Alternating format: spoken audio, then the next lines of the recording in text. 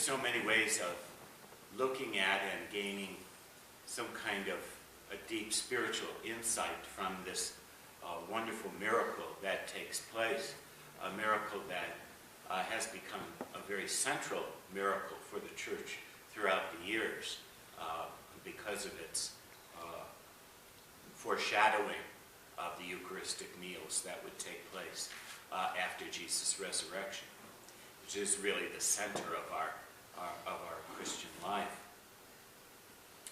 But I think it's profitable for us to look particularly at the introduction to this miracle, to find out, or at least get some kind of insight into the framework in which this miracle takes place. Because we can kind of lose sight of that at times, I think, if we're not careful. It says that when Jesus saw the vast crowd, so this is the crowd that was following him, that was listening to his word. When he saw this vast crowd, his heart was moved with pity. And why was he moved with pity? Because they were like sheep without a shepherd. And we know that sheep need a shepherd to lead them, to provide guidance, and to help them to meet their daily needs, not just to have some nice companionship, but to meet their daily needs for security and for food and for leadership in guiding them on their various journeys. So they were like sheep without a shepherd. So the apostles are there, and the apostles approach him. So now where are we? We are in a teaching mode. This is Leadership 101, okay? And who is Jesus teaching to, or speaking to? His disciples. And he said, this is a deserted place, and it's already very late. That's what the disciples say to him. So what is their answer to this problem? It's getting late. The people are hungry. Look at them. So what should we do? Dismiss them so that they can go to the surrounding farms and villages and buy themselves something to eat. So their answer to the problem is what? Here are all these people, and Jesus sees them like sheep without a shepherd. And the apostles approach him, and what do they say to do? Send them out all by themselves. Is really what they're saying. It's a sort of like a social Darwinism, the survival of the fittest. Send them out by themselves. See? Are the apostles therefore prepared to take a leadership role? That Jesus recognized they're like sheep without a shepherd. You're the guys that are going to be the shepherds. And what do? You dismiss them and send them out. Find it for yourself, folks. You know? This is the ultimate shepherd situation. The shepherd is the one that leads the sheep to what? To pasture. It is the shepherd's responsibility to make sure that they all have something to eat. And what are the apostles doing? They're saying, send them away, send them away. So that they can find some food for themselves. Send them away without shepherds to guide them, see? And so already we have the beginnings of this teaching.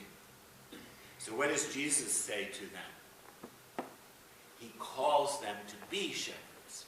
He says, now wait a minute. What do? Give them some food yourselves. And then they look at him and they say, well, with 200 days' wages worth of food, how can we give them something to eat? I mean, how is that even possible? And then he says to them, how many loaves have you got? Very interesting. See? Send them out. Let them find food for themselves, because we got our food right here, folks. We're taking care of ourselves. It's a powerful lesson here. These are the ones that are supposed to be the shepherds, and they're saying, we got our food. Send them out. They can go to McDonald's. You see? So Jesus is challenging them. You're not prepared to be leaders yet because you haven't got the first quality for being a shepherd, that you don't care about the sheep. You're willing to send them out without shepherds, without any leadership, to fend for themselves, because we've got everything we need right here. So then, instead of sending them out, Jesus orders them to sit down. In other words, this is going to be the pasture. This is the way a shepherd acts. Don't go running off. You know, it's not every man and woman and child for themselves. You sit down right where you are. We will feed you. And we have more than enough here to feed you with. And it is in that moment that the miracle takes place. The miracle of the feeding takes place when the leadership acts like true shepherds and when they place themselves in God's pasture and God feeds them. And they have not only enough, they have more than enough. And those who have eaten were of great number. So it's really Leadership 101 in the church. And I think it's something that particularly the leaders of the church, but all of us who have been called as disciples of Christ, need to ask ourselves, you know. The leadership in the church has to continually say, is our first concern for feeding the flock? Not sending them out, you know, see if you can find the food that you need somewhere. You know, good luck. But right where you are, what are we doing to assure that the shepherds are there in order to feed them? And don't just be pleased that you've got something to eat. Because if there are those among you who have not that opportunity, then it is your responsibility as shepherds, you know, after the image of Christ, to assure that everyone has a place at the table and everyone has something to eat.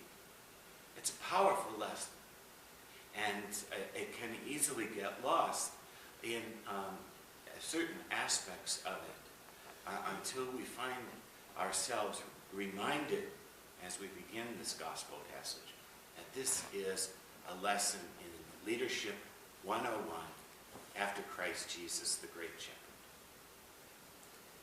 shepherd.